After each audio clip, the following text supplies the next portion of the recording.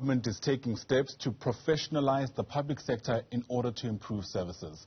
That's as Acting Public Service and Administration Minister Thulas Nxesi is expected to release the cabinet-approved national framework.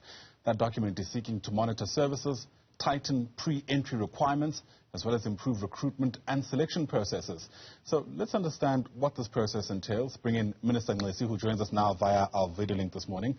Minister, it's great to have you on the program. Thanks so much indeed for making time. You know, there have been long-standing conversations around finally professionalizing the public service, at the very least so that we improve the kind of services people can get from government entities, so to speak. We now know that the framework has reached the level of public consultations, and part of what is hoped to be achieved here is that there'll be tighter entry requirements for people to get jobs in the public sector. What does that look like insofar as you're concerned? In other words, will this go far enough to prevent, I don't know, a governing party, for instance, from deciding who gets a job in government? Well, if we want to ensure that we have qualified and competent individuals appointed, we will have to ensure that we tighten the pre-entry requirements, as well as effective recruitment and the selection processes for the managers. We will have to do workplace orientation and induction of the people. We'll have to socialize them. And there must be effective and performance management and appraisals, including performance standards. We're going to be very strict. And the public servants are going to be taken through what we call continuous learning and professional development. And if it has been put as part of the law, those who do not follow that, of course, they will be violating the law.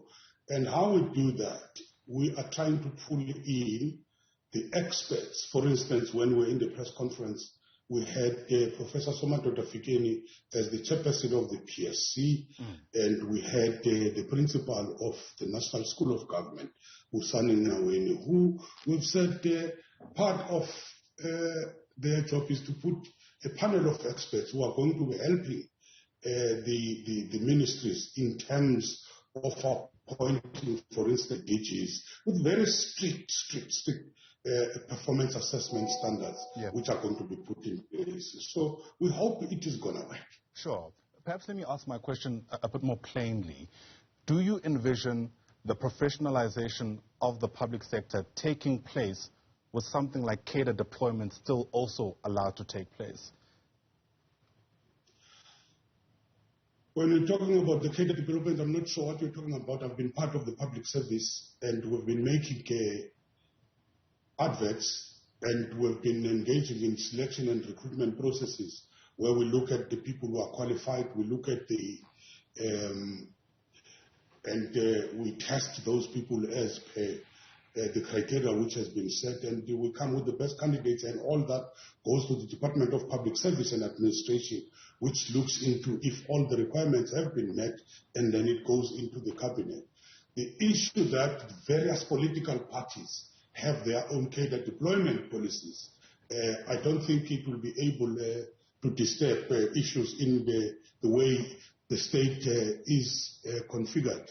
And we are trying to tighten that those issues do not be able to find space, which you are talking about. Strictly, it will be the criteria as set.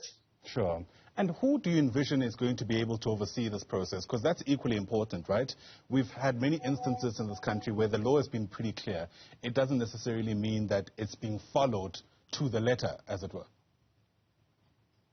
If people have done that, it means they've violated. Yes. It means they've violated the law. That's why they must be punished.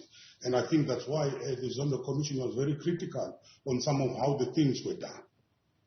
We are also trying to respond to those issues. In what way? We're responding by coming up with what we have come up with, and all what we're talking about, how to professionalize these issues, and what procedures should be followed by the people in dealing with the interviews, and what requirements people must have. That's why we're putting very stringent what you call requirements. That's why we're putting performance skills and performance standards and appraisal systems, because it must be that people are performing from time to time. They are able to show that they are performing, they're delivering the service. If they are not, they must be kicked out. You know, in the past, it's not only been about whether or not it's qualified people who are in these particular posts, but it's around whether or not they're enthusiastic in their jobs. And I'm not necessarily saying that, you know, you expect to get a high five whenever you walk into a government institution to get some kind of services, but there's always been this kind of lethargic sense of really morale that's at the bottom of the barrel, and it's because of a whole myriad of issues. I wonder whether or not this framework goes any way in addressing that particular problem, this idea that even those who are qualified to be working in some of these posts, quite frankly, are not happy to be there because of all kinds of challenges that they face. If you listened yesterday to the press conference, we had Professor Maserele, who was able to talk about what we call the ethical side of the public servants, because one of the things which we have to deal with, some of the people, you're correct, might be highly qualified, but when it comes to them performing the job, they are not able to perform. It's because ethically they are not committed enough, and we need to raise that issue. We need to raise the consciousness. We need to ensure that they know that they are servicing the public. And the appraisal system must be there, and the appraisal system must not be an appraisal system for the sake of it. It must be able to say, are these people doing the job, and is it having an impact on what they are doing? But when we're talking about the issue of people being demoralized, we have to deal with those issues, and we believe that if you're talking about directors, you're talking about chief directors and above. You're talking about people who are earning $1 million and above. You can't talking about people that they are demotivated and so on. In terms of the packages which they are earning, we think that those packages are competitive enough. In the private sector, you stretch for R1 million. But of course, not only for your high-level earners who might need some kind of incentive to do their jobs enthusiastically. In fact, we'll speak in a moment now about how public sector unions are feeling about the ongoing discussions around wage increases. There's going to be a lot of work that needs to be put in to ensure that even people working at that level are working enthusiastically, even within the public sector. But if you look at the offer which we have given to the public servants, it's an average of 7.5% increase, and it's more or less matches the inflation. And it's made up of the 3%, and I must clarify, it's made up of the 3% plus the 4.5% non-pensionable cash allowance which we have been giving. And to others at the lower level, it translates to 13.9%. And which then gives us this average of 7.5%. And in addition to that, many more employers are eligible for what is known as the pay progression, which is 1.5% per annum. But we are not counting it at this particular moment. So what we are saying in terms of the wages, we are able to deal with the issue of the cost of living adjustment, and we think that that is competitive enough. That's interesting you say that, because I'm not sure if you're able to grab a copy of today's Business Day. Comments apparently that come from you have made it to the front page.